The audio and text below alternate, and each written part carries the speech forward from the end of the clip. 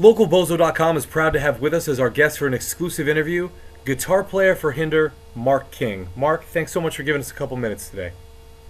Absolutely, man. The latest album, All American Nightmare, drops in December.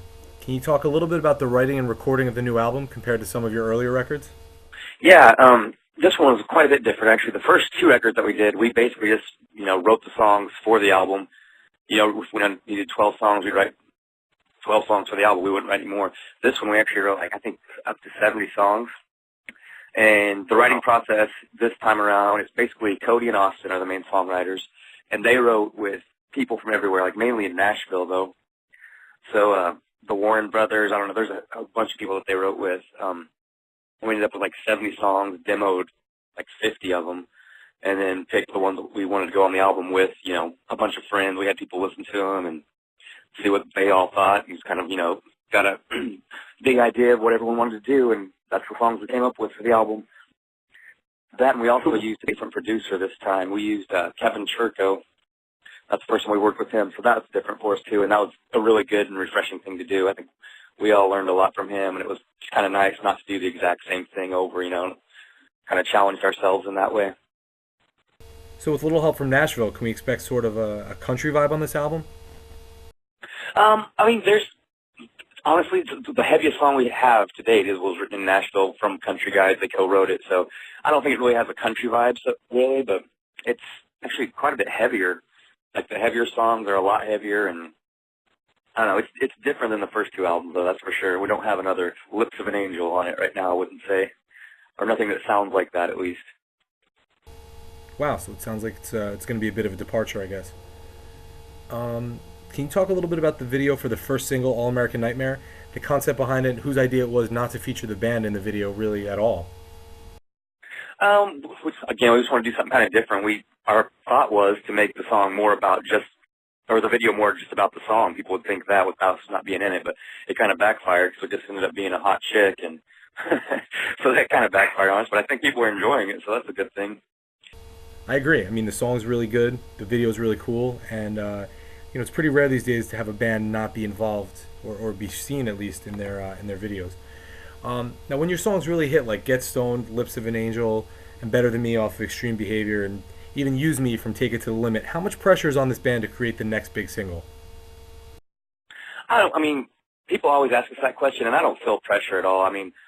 All you can do is do what you do, and, if things fall in place for you, great. If they don't, if people don't like it, what can you do? So I don't really feel pressure from it, but I'm really confident about this one, I think, and from getting people's feedback, I think this one should do well for us, and I hope people do, latch onto the songs for sure.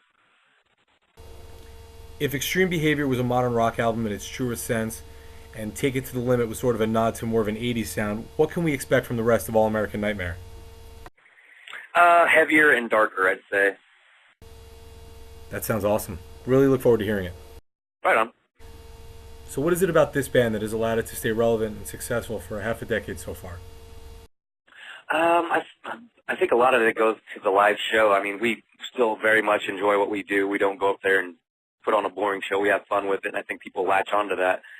I think that's a big part of it. That, and of course, the songwriting has to be there too, and you have to be able to perform it live. So I think we're faking it well enough to do that. So we're still around. Now, you guys have toured with bands like Nickelback, Motley Crue, Buck Cherry, and Three Doors Down. You have a favorite band that you like to hit the road with? I have a good time with pretty much all of them. This tour is pretty awesome. We're out with Default again.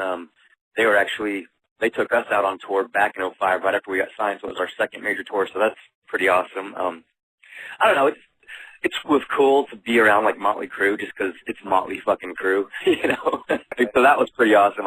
Us five boys from Oklahoma, it was kind of crazy because that was a band that we'd always looked up to, and just they're rock icons, so that was pretty awesome. That and got to play with Aerosmith, that was really awesome. But as far as band, I don't know, as long as they're, good beer drinkers and like to hang out, we'll have a good time with anyone. Sounds good. Sounds good. You guys just started a headlining tour with Saving Abel, My Darkest Days, and Default. It stops locally at the Starland Ballroom in Sayreville, New Jersey on December 12th. Can you talk a little bit about the headlining tour and how this all came together? Basically, we're all just good friends, and we thought, we were all going to be out touring, so we got together on this one, and it helps out, too, that The My Darkest Days guys have the #1 song at Active Rock, and then, Saving Abel, they're doing really well too, and we just poked into the top 10, so it's a really good, I think, a good rock concert coming through there for sure. It should be a good time. Yeah, I think it just makes a lot of sense based on the sound of all four bands. So what are Hinder's plans for 2011? Probably just touring our asses off, man, just staying with it, putting out a single or two more, and just hitting the road and going to see everyone that we can, for sure.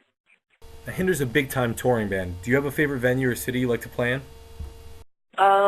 Not really. I mean, honestly, it's the same thing every day out here.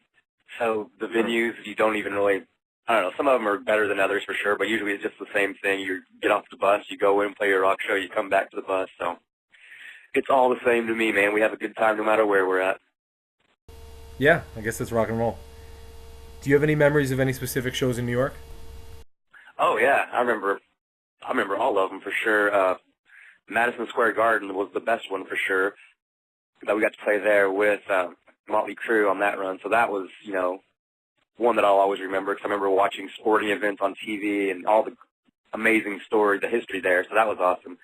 And I remember our very first one, we just played there for the label in this little tiny 200 capacity room.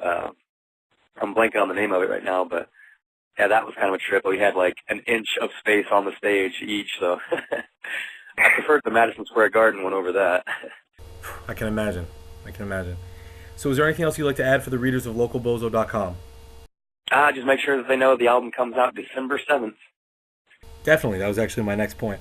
Fans, Hinder's new album, All American Nightmare, comes out December 7th. Come out and support Hinder on Sunday night, December 12th in Sayreville, New Jersey at the Starland Ballroom. And for touring information and all things Hinder, check out hindermusic.com. Mark, thanks so much for giving us a few minutes today at localbozo.com, and best of luck with the new album. Awesome. Thank you, man. I appreciate it.